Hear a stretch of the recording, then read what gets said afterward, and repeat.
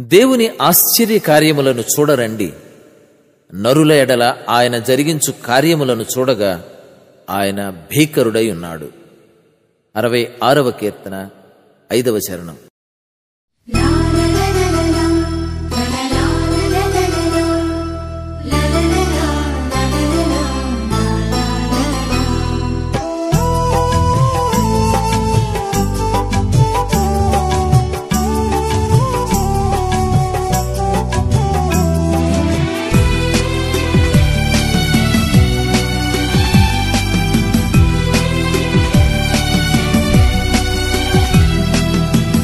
ఎంత ఆశ్చర్యక్రియలు చేసినావయ్యా యేసు, ఎంచలేని ఘనతకు యోగ్యుడవయ్యా.